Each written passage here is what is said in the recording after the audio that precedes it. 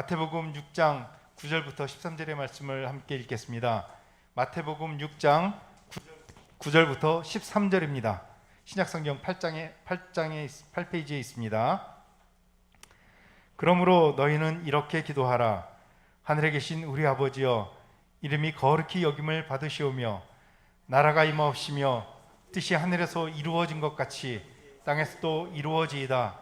오늘 우리에게 일용할 양식을 주시옵고 우리가 우리에게 죄 지은 자를 사하여 준 것 같이 우리 죄를 사하여 주시옵고 우리를 시험에 들게 하지 마시옵고 다만 악에서 구하시옵소서. 나라와 권세와 영광이 아버지께 영원히 있사옵나이다. 아멘. 우리의 죄를 용서하여 주시고 라는 제목으로 장만덕 목사님께서 말씀을 전해 주시겠습니다. 주 하나님 아버지, 악하고 음란하고 또 혼돈스럽고 소문이 꼬리를 물고 일어나는 이때에 주의 말씀으로 우리가 위로를 얻으며 산소망이 넘쳐나게 하시고 하나님의 거룩하시고 선하시고 온전한 뜻이 무엇인지를 분별하는 귀한 시간이 되기를 소망합니다. 예수님 이름으로 기도합나이다. 아멘. 사진 한번 볼까요? 아주 온화하고 따뜻한 코리템 붐여사죠. 그 다음에 수용소가 건물이 보이죠. 코리템 붐여사는 화란 사람이었습니다. 2차 대전 중에 유대인을 숨겨주었다는 이유로 온 가족이 나치 수용소에 갇혀요. 혹독한 고문 끝에 온 가족이 다 죽임을 당했어요. 그러나 그녀는 구사 일생으로 살아남게 되었습니다. 전쟁이 끝난 후에 그녀는 전도자가 되어서 온 세계에 다니면서 용서의 복음을 전하기 시작을 해요. 그녀가 용서의 메시지를 전하는 곳마다 놀라운 변화가 일어났고 수많은 사람들이 큰 감동을 받았어요. 독일에서 이제 코리템 붐 여사를 초청해서 특별 집회를 가졌고 수많은 사람들이 구름대처럼 벌떼처럼 몰려들었어요. 어느 날 저녁 집회를 마치고 돌아가는 사람들과 악수를 나누고 있을 때에 자기 손을 잡은 노 신사를 바라보는 순간 그녀가 피가 거꾸로 흐른 것과 같은 전율을 느끼게 돼요. 바로 자기 가족을 고문하여 죽게 하고 자신의 그 꽃다운 처녀 시절의 옷을 벗기고 때리고 고문하고 온갖 고통과 수모를 주던 바로 그 전범이 아직 살아가지고 자신과 악수를 하고 있는 것이었어요. 그 순간 그녀는 이렇게 기도해요. 하나님, 온 세상 사람들을 다 용서해도 이 사람만은 용서할 수 없습니다. 그렇게 속으로 부르짖었어요. 그때 주님의 음성이 고요히 들려오기 시작을 해요. 나는 그 사람까지도 구하기 위하여 십자가를 졌다. 다 같이 한번 읽어볼까요? 시작. 나는 그 사람까지 구하기 위하여 십자가를 졌다. 그 음성을 이 코리템 붐 여사가 들어요. 그녀는 예수 그리스도의 사랑과 용서의 은총을 입고 그 원수까지 용서하였습니다. 그를 마음으로 용서하는 순간에 그 순간에 자신의 생에서 가장 평안과 자유함 그리고 즐거움을 경험했다. 그렇게 고백을 하는 것이죠.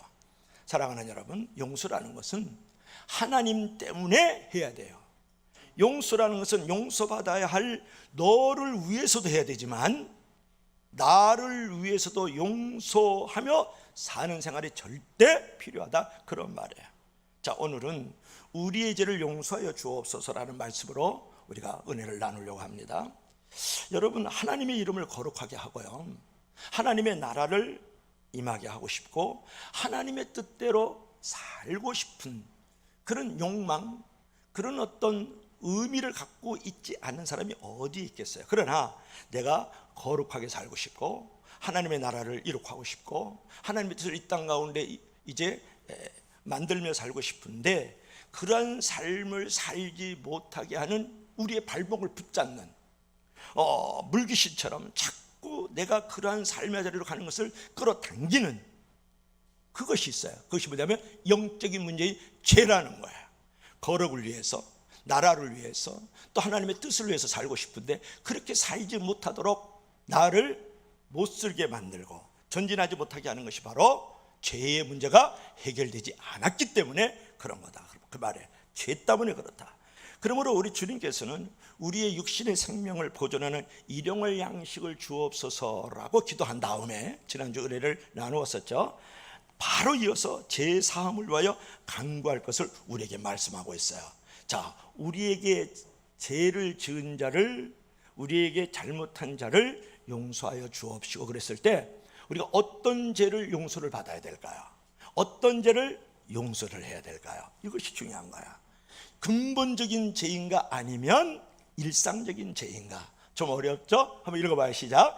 근본적인 죄인가 아니면 일상적인 죄를 용서를 받아야 될 것인가? 자, 보세요. 우리가 우리에게 지은 죄를 용서해 준 것 같이 우리의 죄를 용서하여 주옵소서라고 말을 했을 때 이 죄라는 것은 근본적인 죄예요? 일상적인 죄예요?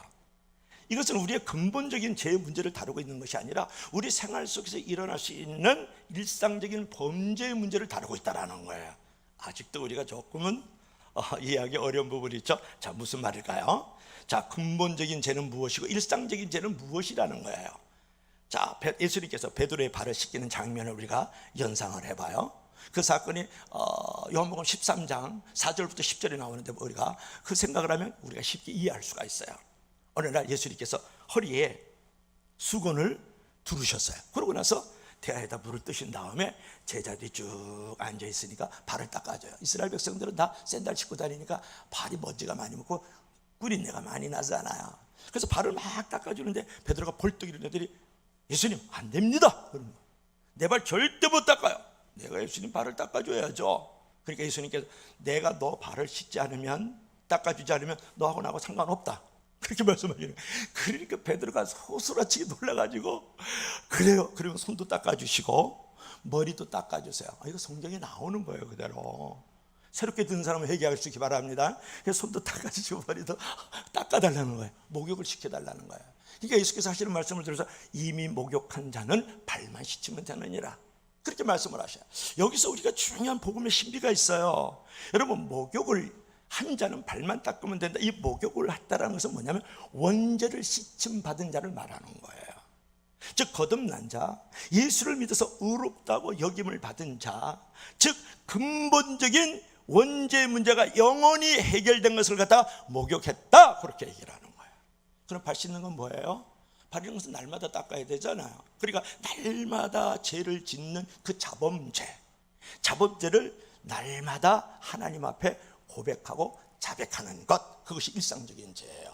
그러니까 오늘 성경에서 우리의 죄를 용서하여 주옵소서라는 이 죄는 우리가 이제 근본적인 죄를 말하는 게 아니고 원죄를 말하는 게 아니고 일상적인 죄, 자범죄를 우리에게 말하고 있다, 그런 것을 우리가 기억할 필요가 있는 거예요. 여러분, 하늘에 계신 우리 아버지로 시작되고 있는 이 기도는, 주기도문은 하나님을 아버지라고 부르고 있는 다름 아닌 그의 자녀들의 기도인 것이거든요. 그러므로 우리의 죄를 사하여 주옵소서라는 이 죄라는 것은 불신자의 범죄를 다루는 것이 아니라 아버지 앞에서 자녀들의 범죄를 다루고 있는 거예요. 그러니까 근본적인 원죄를 다루고 있는 것이 아니라 일상적인 날마다 우리가 눈으로 짓고 입으로 짓고 귀로 짓고 마음으로 짓고 행동으로 짓고 물질로 짓는 죄를 지금 말하고 있다는 것을 특별히 우리가 기억할 필요가 있어요. 여기서 우리의 죄를 용서해 주시리라는 것은 불신자가 예수를 영접하고 지옥에 갈 죄를 용서받는 그 죄를 말하는 것이 아니라는 거예요. 우리는 그리스도를 영접해서 다 죄를 용서를 받았어요. 그래서 지옥에 가지 않아요. 저주를 받지 않아요. 형벌을 받지 않아요. 심판을 받지 않는다고요. 그러니까 불신자들의 죄는 지옥의 심판을 면할 수 없어요. 불신자들은 정죄와 저주의 심판을 피할 수 없는 것이지만 우리 그리스도인들은 이 불신자들의 죄의 성격과는 구별되어야 된다는 거예요. 아직 어렵습니까? 그러니까 자녀들의 죄라는 것은 법정에서 다루고 있는 죄 문제와는 다른 것이라는 거예요. 아버지는, 엄마는 자녀들의 죄를 얼마든지 용서해 줄 수 있잖아요. 큰 죄, 작은 죄, 있는 죄, 없는 죄, 뭐 보이는 죄, 안 보이는 죄 다 아버지는 다 용서해 줘요. 우리 아버지는 용서 안 했는데 하늘 아버지는 용서해 준다고요. 여러분, 따라서 이 기도는 우리의 죄를 용서하여 주옵소서, 이 기도는 우리의 죄를 용서하시는 아버지의 사랑을 믿고 아버지 앞에 나와서 자백해야 될 자녀들의 범죄 문제를 다루고 있다는 것을 믿을 수 있기를 바랍니다. 자, 두 번째로는 이것은 조건적인 용서인가 아니면 은혜적인 용서인가? 우리 다 같이 한번 읽어봐요. 시작. 조건적인 용서인가 아니면 은혜적인 용서인가? 자, 보세요. 우리가 우리에게 잘못한 것, 우리가 우리에게 죄 지은 자를 용서해 준 같이 우리 죄를 용서해 주었을 때 이 용서, forgive, 이 용서라는 이 단어는 조건적으로 용서를 받는 거예요? 아니면 은혜적으로 용서를 받는 거예요? 어렵죠? 자, 우리가 우리에게 죄 지은 자를 용서해 준 것 때문에 우리의 죄를 용서해 주옵소서라고 혹시 읽고 있질 않아요? 우리가 우리에게 죄 지은 자를 이제 용서해 준 것에 근거해서 우리의 죄를 용서하여 주옵소서라고 혹시 주기도문을 생각하고 있지 않아요? 우리가 우리에게 잘못한 것을 용서해 준 것처럼 하나님 아버지 우리의 죄를 용서해 주옵소서라고 주기도문을 조건적 용서로 생각하는 사람이 많다라는 거예요. 그런데 오늘 이 성경의 원문은 그러게 안 해요. 우리가 우리에게 죄를 지은 자, 잘못을 한 자를 하나님이 그를 용서해 준 것처럼 우리들도 죄를 용서해 주옵소서라고 읽어야 된다는 거예요. 그래서 우리가 주기도문을 할 때 우리가 우리의 지은 죄를 용서해 준 같이 우리 죄를 용서를 안 했는데 나는 용서 못 받는 거야 라고 생각하는 정죄의식을 갖는 사람이 많다라는 거예요. 우리가 그렇게 생각하면 안 되고 우리가 우리에게 죄 지은 자, 잘못한 자를 하나님께서 그의 잘못과 죄를 용서해 주었던 것처럼 우리들의 죄를 용서하여 주옵소서라고 가르치고 있다는 이 주기도문의 놀라운 복음의 신비를 깨달아야 된다는 거예요. 우리 그리스도인들이 예수님 앞에 나오는 순간에 하나님의 사랑으로 엄청난 죄를 우리가 용서를 받았어요. 큰 죄, 작은 죄, 있는 죄, 없는 죄, 들킨 죄, 들키지 않는 죄. 여러분, 세상에는 들킨 죄인이 있고요, 들키지 않은 죄인이 있을 뿐이지 죄인 아닌 사람이 없다, 그런 말이에요. 내가 하나님의 놀라운 사랑으로 나의 모든 죄가 무조건적으로 용서함을 받았다 그러면 어떻게 나에게 잘못하고 나에게 허물이 좀 있다 그래서 용서하지 않을 수 있겠느냐는 거예요. 여러분, 따라서 우리가 참된 그리스도인이라면 내가 하나님으로부터 참된 용서를 받았다 그러면 우리에게 잘못한 어떠한 사람들의 허물과 죄라도 용서할 수 있어야 되는 줄 믿을 수 있기를 바랍니다. 그래서 우리가 은혜로 용서를 받은 사람은 은혜로 용서할 수 있어야 된다는 건 아니에요. 이것이 자연적인 것이고 그럴 수밖에 없는 그리스도의 삶에서 일어나는 필연적 결과라는 거예요. 용서는 성경에서 한 번도 무엇을 행함으로 어떤 행위로 말미암아서 조건을 이루었기 때문에 완전했기 때문에 용서를 받는 내용이 없다라는 거예요. 성경에서는 용서는 하나님의 은혜로 무조건적으로 용서를 받는 거지 너의 어떤 행위라든지 너의 어떤 조건에 맞아서 용서한 적이 없다는 거예요. 예를 들면 우리 구약으로 돌아가 볼까요? 구약에 보면 용서를 받기 위해서 이스라엘 백성들이 어떻게 했어요? 양을 잡잖아요. 염소도 잡고 비둘기도 잡고, 그래가지고 그 잡아가지고 제단 위에 그 피를 흘려요. 그 피로 말미암아 용서함을 받았다고. 이것이 구약적 용서예요. 그러면 신약적 용서는 뭐예요? 우리 주 예수 그리스도께서, 어린 양 우리 주 예수 그리스도께서 십자가의 제단 위에서 하나님과 우리의 사이에 제물이 되어졌잖아요. 하나의 짐승처럼 죽어갔잖아요. 그래서 피를 흘렸어요. 예수 그리스도의 피로 우리가 용서를 받은 줄로 믿을 수 있기를 바랍니다. 그러니까 어느 시대를 막론하고 용서는 하나님의 은혜 그리고 예수 그리스도를 믿음으로써 바라봄으로써 용서가 이루어졌다는 이 놀라운 사실이, 그것이 복음이죠.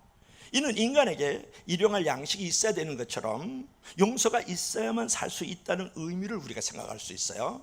아니, 어떤 의미에서는 우리가 영적인 존재이기 때문에 떡보다는 용서가 훨씬 더 소중한 것일 수 있다는 것을 우리가 알아야 된다는 거예요. 여러분, 용서받음이 없이 우리가 아무리 많은 떡을 가지고 있더라도 그것은 축복이 아니에요. 자, 떡이라니까 먹는 걸 자꾸 생각하는 사람이 있는데 내가 돈과 재물이 많아요, 내 창고에. 그리고 어떤 명예와 권력도 가지고 있어요. 힘을 갖고 있어요.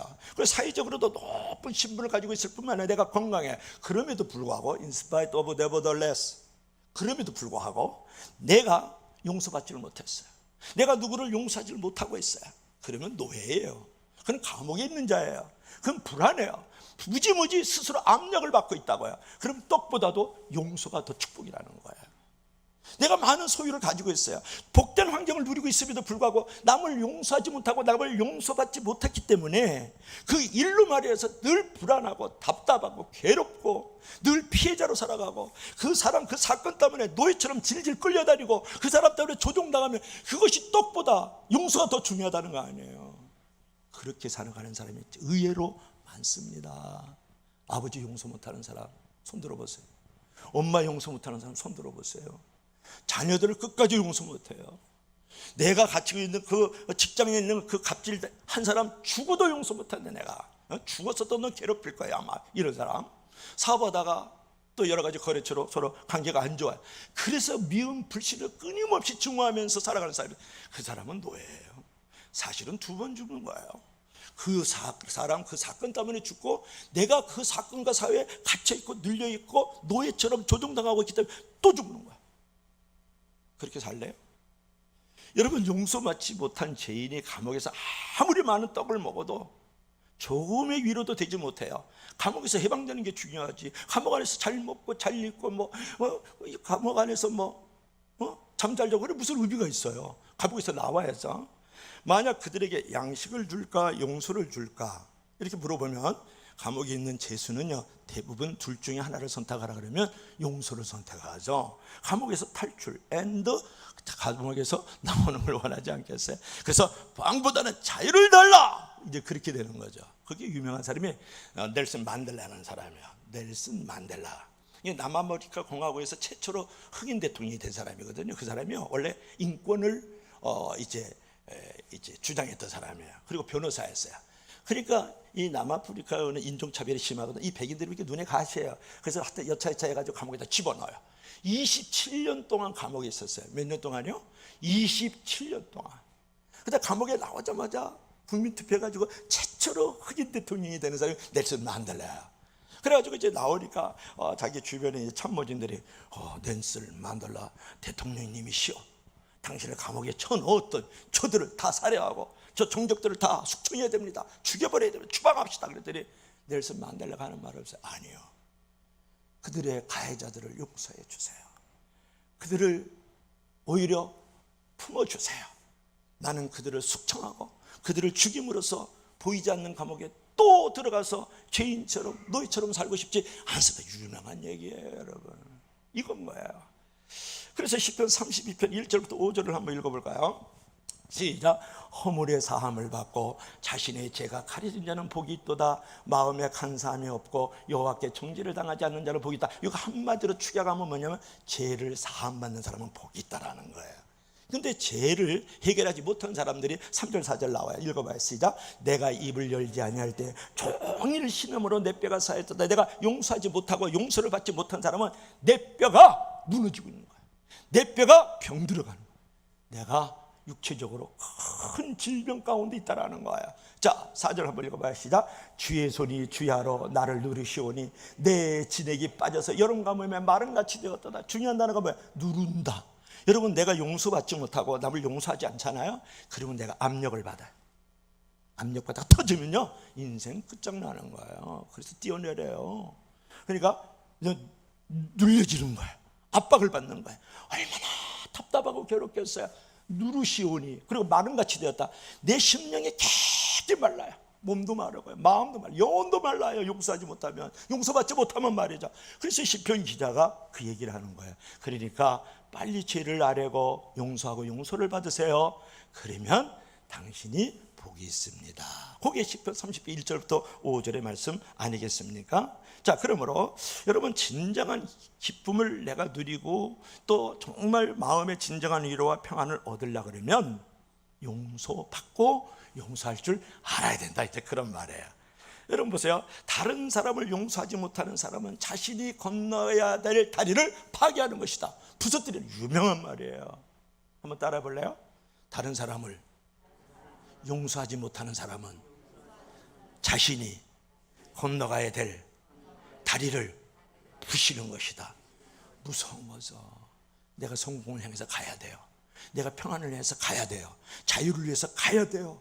나의 진정한 기쁨을 위해서 가야 돼요. 감사를 위해서 가야 되는데 내가 용서받지 못하고 용서하지 못하고 용서를 받지 못하는 사람은 그 건너가야 될 다리를 부숴버리는 거야. 이것처럼 무지한 자가 어디 있고 이것처럼 저주와 형벌이 어디 있냐고요.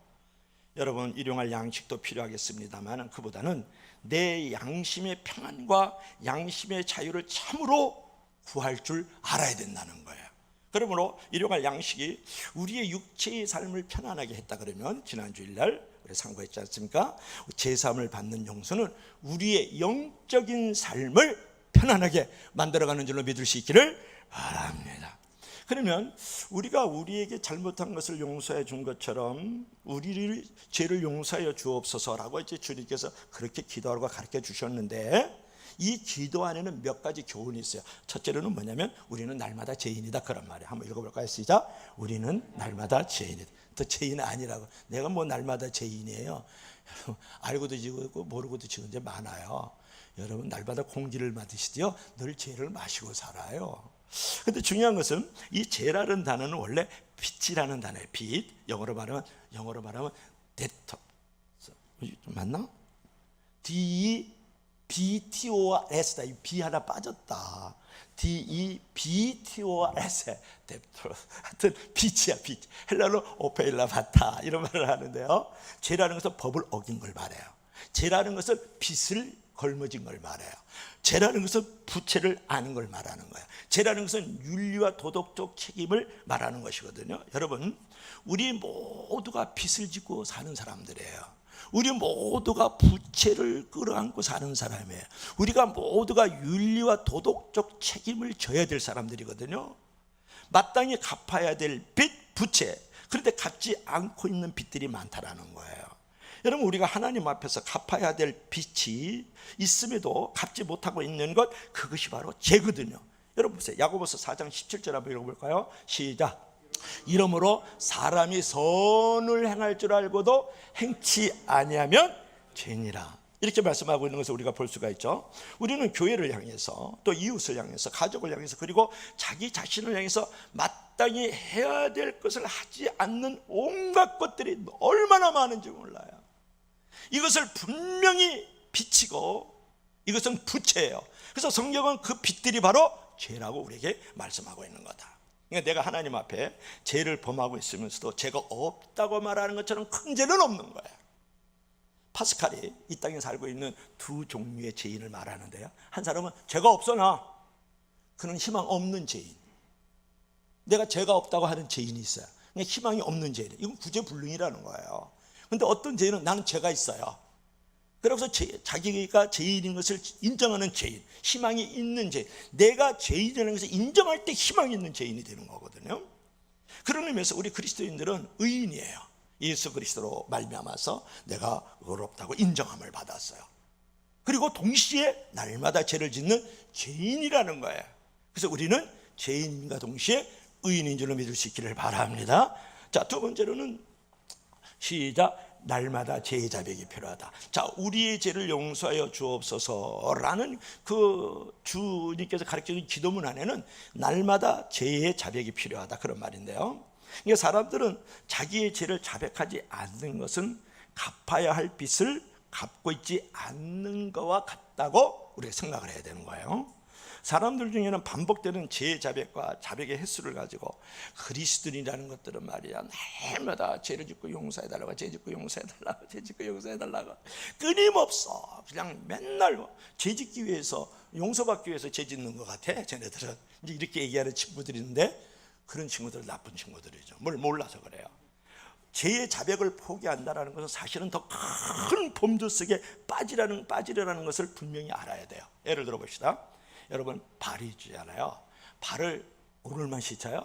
뭐 내일 더러워질 건데 뭐 양말도 그냥 일주일 동안 발도 닦지 말고 양말도 갈아짓지 말자. 어차피 더러워지고 어차피 냄새 날 걸 뭐. 그런 사람이 있으면 손 들어봐요. 없잖아요. 내일 내가 또 움직이면 발이 더러워져. 그러면 발을 씻어요. 양발도 빨고. 그것은 무엇을 말하냐면, 발을 씻을 필요가 없다는 사람이 없잖아요. 계속 발을 씻을 때 깨끗하게 되어지고 발의 소중함을 경험하게 되고 발의 건강함을 누릴 수 있고, 그 발로 말미암아서 다른 사람에게도 피해를 주지 않는다고요. 요즘에 여름이니까요, 제가 땀이 많이 나거든요. 주로 땀이 많이 나니까, 움직임이 많으니까 땀이 나요. 어차피 뭐 팬티는 뭐 더러운데 내일 또 땀 차고 뭐 또 냄새 날 걸 뭐하러 빨아. 그냥 나도 뿌리지 뭐. 한 일주일간 그냥 입어버려. 그런 사람이 있어요? 없어요. 팬티를 언젠가 날마다 빠는 거야. 적어도 이틀에 한 번씩은 갈아입길 주 이름으로 축복합니다. 그것도 그냥 안 갈아입어. 또 어떤 사람이 용감하게. 그런데 엄마 아빠한테 효도한다고 안 갈아입어. 빨래하지 않는다. 그러니까 우리가 속옷을 빨아입지 않습니까? 그 빨아입는 것은, 날마다 빨아입는 것은 뭐냐 그러면 결국은 내가 깨끗함의 필요성도 느끼고 건강함도 누릴 수 있고 다른 사람에게도 유익해지는 거예요. 그렇잖아요. 도움이 되는 것 아니겠습니까? 우리가 하나님 앞에서 참으로 영적인 성숙이라든지 인간적인 어떤 성화라든지 하나님의 귀한 사랑을 경험하기 위해서는 내 삶 속에서 있는 온갖 부조리, 악하고 음란하고 더럽고 술 취하고 방탕하고 가장 범죄한 것들을 날마다 주님 앞에 빨아야 돼요. 씻어야 된다고 해요. 내어놓아야 된다 그런 말. 죄를 자백해야 된다 그런 말이에요. 그럴 때 내가 깨끗한 존재가 되어지고 순결함으로 살아갈 수 있고 그 일로 말미암아서 내 마음만이 좋아지는 게 아니라 내가 속한 가정이라든지 직장이나 사업들의 교회 공동체가 좋아지고 복된 땅이 되는 줄로 믿을 수 있기를 바랍니다.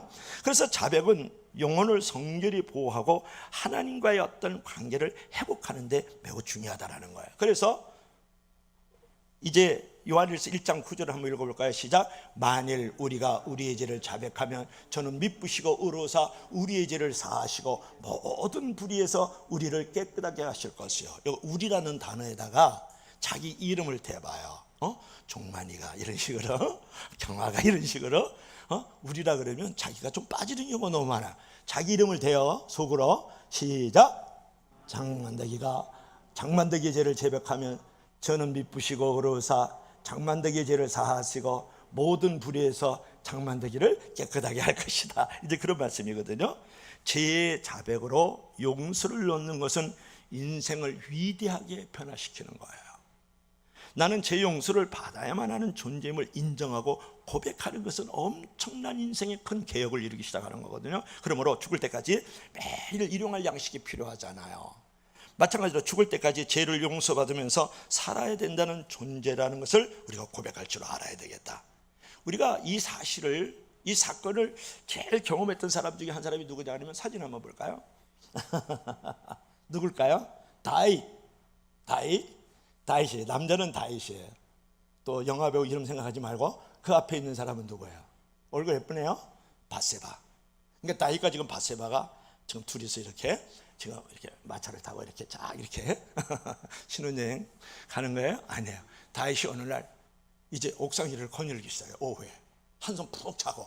아니 백성들은 전쟁터에 나가서 죽느냐 사느냐, 투비와 나투비, 디스 이즈 퀘스천, 이것이 문제로다 그러고 있는데 자기는 늦게 일어나서 그냥 기지개 피고 이러고 일어나서 옥상에 올라가서 두리번 하여튼 올라갔다는 건 교만한 거야.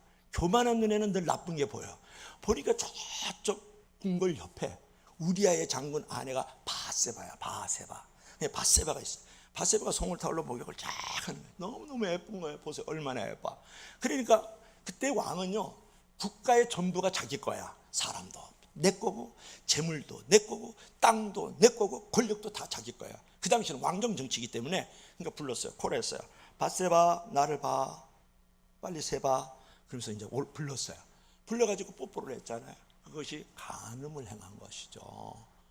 그러니까 하나님께서 나의 땅을 그냥 놔두나요? 엄청난 재앙을 도적처럼 밀려오게 해요. 엄청난 고난을 눈보라 비바래처럼 강하게 광풍으로 밀려오게 해요. 그러니까 나의 심은 어쩔 줄 몰라는 거예요. 시편 51편은 그걸 회개하는 거예요. 보세요.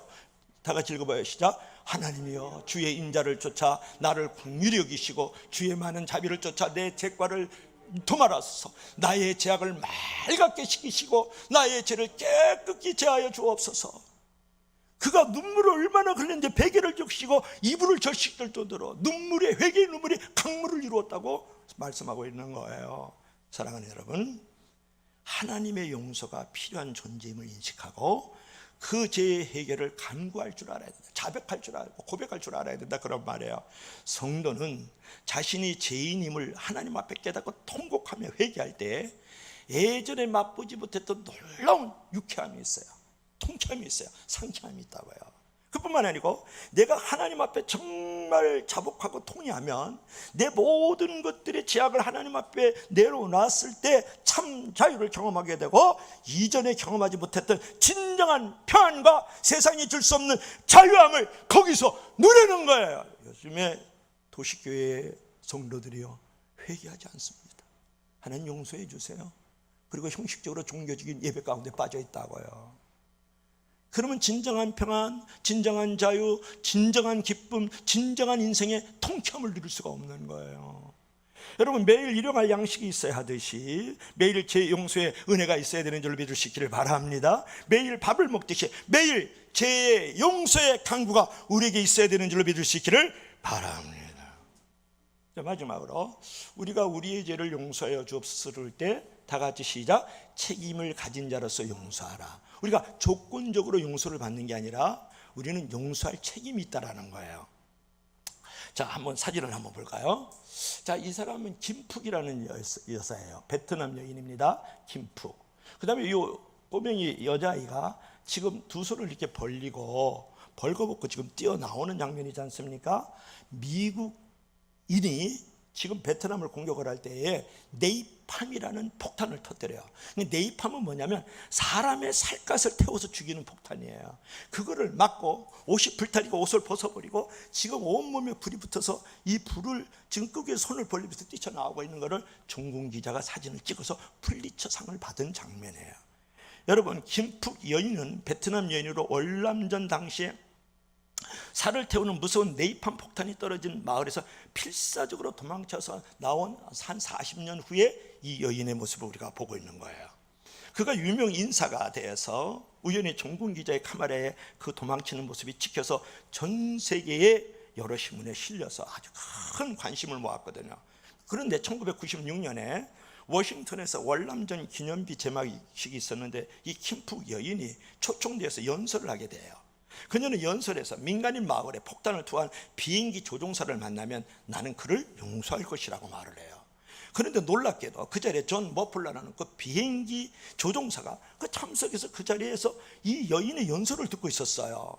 그래서 그가 도저히 그냥 있을 수가 없어가지고 벌떡 일어나 소리쳤어요. 정말 죄송합니다. 정말 죄송해요. 제가 그 조종사였어요. 제가 오판으로 고통을 드려서 정말 죄송합니다. 죄송합니다. 그 일로 인해서 전 고통스러운 마음으로 일생을 지금 지내오고 있어요. 용서해 주세요. 용서해 주세요.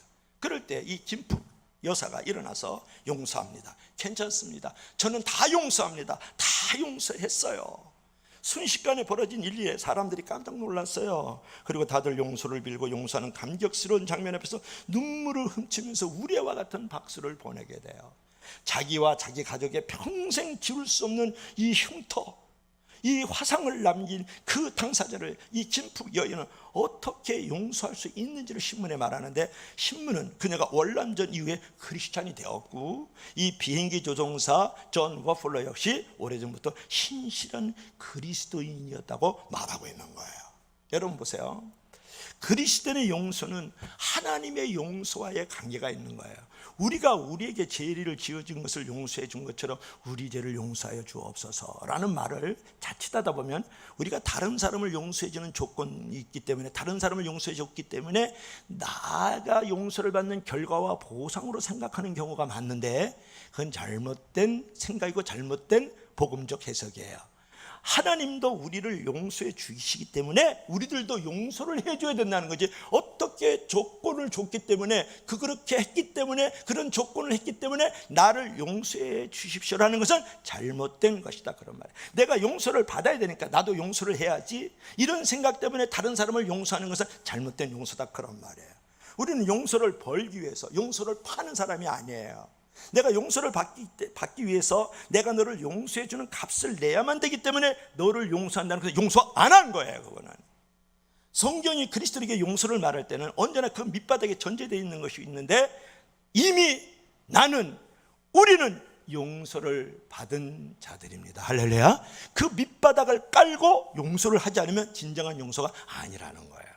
그래서 에베소서 4장 32절에 말씀이 바로 그건데 우리 한번 읽어볼까요? 시작. 서로 인자하게 하며 불쌍히 여기며 서로 용서하기를 하나님이 그리스도 안에서 너희를 용서하신 같이 하라. 뭐라 그랬어요? 하나님이 그리스도 안에서 우리를 용서하신 같이 서로 사랑하고 서로 불쌍히 여기고 서로 용서하라는 거야. 여러분, 이것은 무엇을 말할까요? 우리 그리스도인들은 다른 사람을 용서하는 것은 도덕적 수준의 문제로 용서하는 게 아니에요. 신앙의 인격의 수양의 문제로 용서하는 게 아니고 신앙의 문제로 용서해야 되는 줄 믿으시기를 바랍니다. 그래서 도덕적으로 용서하는 거 아니에요. 우리가 자칫하다 보면 그렇게 생각할 때 많거든요. 인격적으로 잘 돼서 내가 이제 용서할 수 있어. 그러면 안 된다는 거예요. 우리는 신앙으로 용서할 수 있어야 된다는 거예요. 무슨 신앙? 그리스도 예수 안에서 하나님이 나를 용서해 주었던 것처럼 용서의 빚을 안고 있잖아요. 용서의 부담을 갖고 있잖아요. 그래서 우리는 용서해야 될 책임으로 용서를 할 줄 알아야 되는 줄 믿으시기를 바랍니다. 그래서 우리가 도덕으로 용서하는 게 아니에요. 인격이 좋아져서 용서하는 게 아니라고요. 우리는 하나님을 정말 믿어서 그분께서 그리스도 안에서 나를 용서해 준 그 부채를 갖고 있기 때문에, 그 빚을 갖고 있기 때문에 용서할 책임이 있는 줄로 믿고 용서할 수 있길 주의 이름으로 간절히 축원합니다. 왜 용서가 안 돼요? 왜 묻습니다. 여러분 안에 용서 못하는 사람이 있어요. 다 있다고요. 부모님을 용서 못하고, 자식을 용서 못하고, 내 자신을 용서 못하고, 내 남편 용서 못하고, 내 아내 용서 못하고, 내 이웃과 이 세상을 용서 못하고, 그러한 사람들, 그러한 사건들 용서 못하는 사람이 너무 많잖아요. 왜 그럴까요? 근데 여러분이 기도할 때 이렇게 기도하면 안 돼요. 하나님, 그 A 집사 용서하여 주시옵소서. 하나님, 그 B 남편 용서하여 주시옵소서. 아버지 하나님, 그 사건 유성열이 용서하여 주시옵소서. 그러잖아요. 그러면 용서 끝까지 못해요. 왜 그럴까요? 여러분들은 용서할 권리를 갖고 있는 것도 아니고 그렇게 용서의 강구를 가르쳐 준 적이 없어요. 우리는 어떻게 용서를 할 수 있느냐 그러면, 하나님이여 용서를 깨닫게 해주세요. 하나님이여 용서를 체험하게 해주세요. 하나님 용서를 알게 해주세요. 내가 하나님으로부터 용서를 받은 아는 것만큼, 하나님으로부터 내가 용서를 체험한 만큼, 하나님으로부터 용서를 깨달은 만큼 내가 사람을 용서할 수 있고 사건을 용서할 수 있어요. 왜 용서가 안 됩니까? 하나님의 용서를 정말 깨닫지 못해서 그런 거예요. 하나님의 용서를 정말 알지 못해서 그런 거예요. 하나님의 용서를 정말 체험하지 못해서 내가 용서가 안 되는 거야. 인풋 때 아웃풋 되는 거죠. 내가 들어온 게 있어야 남을 줄 수가 있는 거 아니에요. 용서를 정말 하나님으로부터 받았다면 당신은 누구든지 용서할 수 있어요. 용서의 깊이의 정도에 따라서, 넓이에 따라서. 왜 용서가 안 돼요? 묻습니다. 다시. 여러분, 왜 용서가 안 돼요? 하나님으로부터 용서를 덜 받아서 그런 거예요. 하나님으로부터 용서를 깊이 알고 깨닫지 못해서 부모가 용서가 안 되고, 자식이 용서가 안 되고, 남편이 용서가 안 되고, 이 세상이 용서가 안 되고, 이웃 사람이 용서가 안 되는 거예요. 어떻게 생각하세요? 그런 말이 있어요. 서로 용서하라. 이 세상에서 화평하게 지낼 수 있는 방법은 하나밖에 없다. 그것은 용서다. 여러분, 내가 용서할 때 하나님과 나와 평화를 이루어요. 내가 용서할 때 이웃과의 평화를 누려요. 무엇보다 내가 용서할 때 내 자신과 평화를 이루거든요. 이런 말이 있어요. 우리가 용서받기 위해서 기도하고 용서하기 위해서 기도하는 것처럼 이 세상에 가장 아름다운 것은 없다. 용서 위에 피는 꽃이, 사랑 위에 피는 꽃이 용서예요. 여러분, 아름다운 인생을 살고 싶지 않아요? 아름다운 신앙생활을 해야 되지 않겠어요? 용서받기 위해서 기도하고 용서하기 위해서 기도하라. 내 자신과 화평해야 되잖아요. 이웃과 화평을 누려야 되잖아요. 하나님과 화목을 누려야 되잖아요. 그러기 위해서 여러분, 용서의 기도, 용서의 장을 만들어갈 수 있길 주님을 간절히 부탁합니다. 부탁합니다. 그래서 우리가 생각할 수 있는 것은 뭐냐면, 그럼 무엇을 용서하는가 그랬을 때 허물을 용서해 줘야 돼요. 창세기 50장 17절. 다른 사람들의 과실을 용서해야 돼요. 마가복음 11장 25절. 여러분, 혐의를 용서해 줘야 돼요. 고린도서 2장 10절. 공평치 못한 일을 용서하고 무슨 일이든지 다 용서해야 돼요. 고린도서 12장 13절 말씀. 여러분, 그러고 나면 그 용서의 방법이 있어요. 어떻게 할까요? 어깨를 두드리면서 괜찮아. 괜찮아. 처음이니까 다 서툴지 뭐. 인생을 살다 보면 그런 일이 있을 수 있어. 괜찮아. 그렇게 용서하는 방법이 있고, 또 따지고 싶지만 묵묵히 참는 거야. 그냥 참아 견디는 거야. 또 세 번째는 뭐냐면, 돈 빌려주고 그 돈 안 받을게. 그래서 찰고서 찢는 거야. 저도 찢어주길 주님으로 가지 부탁합니다. 난 빚진 사람 있나? 난 여러분에게 10원 한 장 빌린 거 없어요. 은행에는 있어요 지금. 근데 자 여기서 찢어주는 거 그게 용서야. 그대가 어떤 사람은 묵묵히 사람은 어제와 오늘이 다르고 다 바뀔 거야. 묵묵히 기다리는 그게 용서의 또 하나의 이제 방법이죠. 그러니까 우리가 상황에 따라서 용서의 모습이 다양하다라는 거 중요한 건 실천하라. 그 다음에 행동하라. 그 다음에 용서받고 용서하기 위해서 기도하라. 여러분 내가 용서해 줄 권리가 있기 때문이 아니고 내가 용서받은 빚쟁이니까 용서하는 거다 그런 말이에요. 내가 너한테 빚을 받기보다 빚을 받을 빚보다 내가 탕감받은 빚이 훨씬 많다는 사실 때문에 다른 사람을 용서할 수밖에 없어서 용서하는 거예요. 이건 다음 주일날 두 번째로 용서에 관해서 얘기할 때 내가 적나라하게 얘기를 해드려요. 그러므로 우리가 용서에는 아쉬움이나 손해봤다는 억울함이 전혀 없는 거예요. 왜냐하면 나는 100억을 용서를 받았어요. 근데 용서해 줄 거는 10,000원이고 10만 원밖에 안 돼.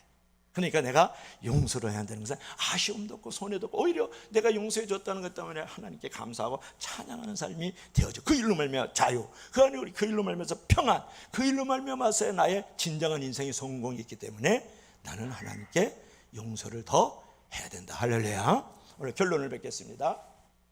Forgive. 오 진짜 단어 되게 예쁘다. 하트는 또 왜 집어넣었어 거기다가.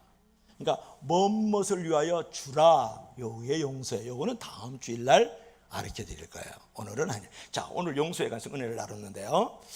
한 얘기를 하고 마칠게요. 맥스 루케드의 토비아스의 우물에 관한 이야기예요. 사막 한가운데서 자리를 잡은 마을 사람들이요. 물 걱정을 할 필요가 없어요. 사막에서 지금 살고 있는데 우물의 주인인 토비아스가 물을 거저 주었기 때문에 그래요. 오늘날 이 토비아스가 아들과 함께 먼 길을 떠나면서 하인을 불렀어요. 누구든지 물을 거저줘라. 그리고 이 토비아스와 그 아들이 먼 이제 길을 떠났어요. 하인은 모든 사람에게 물을 주었는데 얼마 있지 않아서 자기에게 감사를 하는 사람에게만 물을 주는 거예요. 그래도 얼마 있지 않아 가지고 시간이 흐르니까 자기에게 잘 보이는 사람에게만 물을 주는 거예요. 주민들이 하인의 눈밖에 나질려 안간힘을 쓰는 거예요. 물 먹으면 사막에서 죽으니까요. 그러다 어느 날 우물가에 주인의 아들이 나타났어요. 토비아스 아들이 나타났어요. 그는 하인을 불러서 꾸짖었어요. 어째 이렇게 있는 거? 너에게 감사하는 사람만 눈에 잘 보이는 사람에게 물을 줘? 그러면서 꾸짖고서 동네 사람 불러서 마음껏 물을 가져가라 그래요. 주민들은 나쁜 짓을 한 이 하인에게 물을 주지 말고 이 동네에서 쫓아내자 그래요. 그럴 때 이 토비아스의 아들이 하는 말을 들어보세요. 하인에게도 물을 주는 것이 아버지의 뜻입니다 라면서 그 하인을 그 종놈을 용서해 주었다. 물을 주었다. 이런 거예요. 여러분 하나님은 내게 많은 책임을 맡기셨어요. 주님과 같이 모든 사람을 용서해야 되는 책임까지도 우리에게 맡기셨어요. 진정한 사랑은 모든 사람을 용서하는 거예요. 그래서 여러분 마지막으로 묻습니다. 당신은 용서받는 삶을 위해서 살고 있습니까? 아니면 용서하는 삶을 살기로 작정하고 계십니까? 그래서 당신은 용서받는 삶 그리고 용서하는 삶을 살아갈 수 있길 주님을 간절히 부탁합니다. 기도합시다.